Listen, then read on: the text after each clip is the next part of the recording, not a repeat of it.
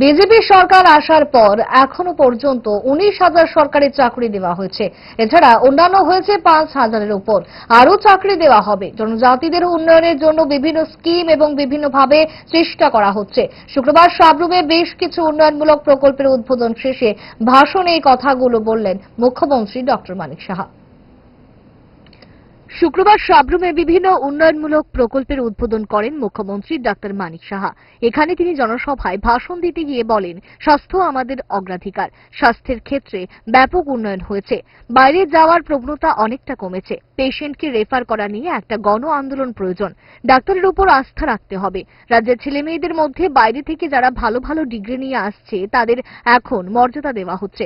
তাদের জন্য আলাদা প্ল্যাটফর্ম হচ্ছে। তাদেরকে সম্মান দেওয়াটা খুব দরকার। তিনি জনজাতিদের উন্নয়নের কথা সেখানে তুলে ধরেন। এছাড়া রাজ্যে বিজেপি সরকার আসার পর 19,000 সরকারি চাকরি দেওয়া হয়েছে বলে মুখ্যমন্ত্রী জানান। জনজাতিদের জন্য আমরা সবচেয়ে বেশি মোদিজি যে সরকার জবের থেকে উনি এসছেন 2014 তখন থেকে আমরা দেখেছি যে জনজাতিদের জন্য উনার যে চিন্তা ভাবনা সেটা আগে আমি দেখিনি কোনো সময়। আমাদের মাননীয় প্রধানমন্ত্রীজি যে চিন্তা ভাবনা সেই জায়গার মধ্যে জনজাতিদের, আমরা ত্রিপুরাতে জনজাতিদের উন্নয়নের জন্য বিভিন্ন স্কিম বিভিন্নভাবে আমরা চেষ্টা করছি যে জনজাতিদের উন্নয়ন হোক। এখানে কর্মসংস্থানের কথা যদি আমি বলি, এর মধ্যে আপনারা দেখেছেন অনেকে বিরোধীরা প্রায়ই বলে এখানে কর্মসংস্থানের সুযোগ নেই। এর মধ্যে আমরা গভর্নমেন্টে প্রায় 19,000 চাকরি, প্রায় 19,000-এর মতো চাকরি এই সরকার আসার পর আমরা চাকরি দিয়েছি গভর্নমেন্টে।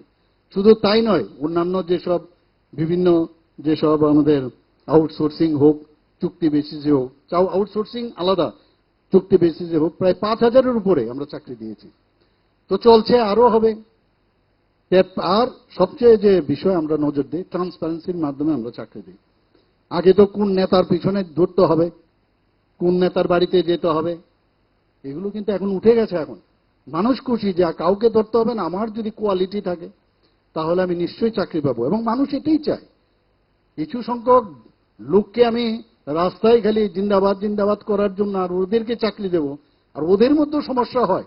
এই যে কালচার, এই কালচার এখন কিন্তু মাননীয় প্রধানমন্ত্রীজি যে আপনার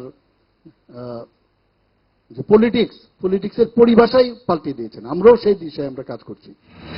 রাজ্যের উন্নয়নের গুচ্ছ তথ্য মুখ্যমন্ত্রী সেখানে তুলে ধরেন। দেখা গেছে রাজ্যের সার্বিক উন্নয়ন যেভাবে এগিয়ে চলেছে তাতে আগামী দিনে ত্রিপুরার উন্নয়নের মানচিত্র অনেক রাজ্যকে পেছনে ফেলে দেবে। বিরোধীরা যেভাবে বলছে উন্নয়ন হচ্ছে না বা আইন শৃঙ্খলা নেই ইত্যাদি সরকার বিরোধী কথা বলে বেড়াচ্ছে, সেগুলোর মুখ একদিন থেমে যাবে। Bureau report, Times 24 network.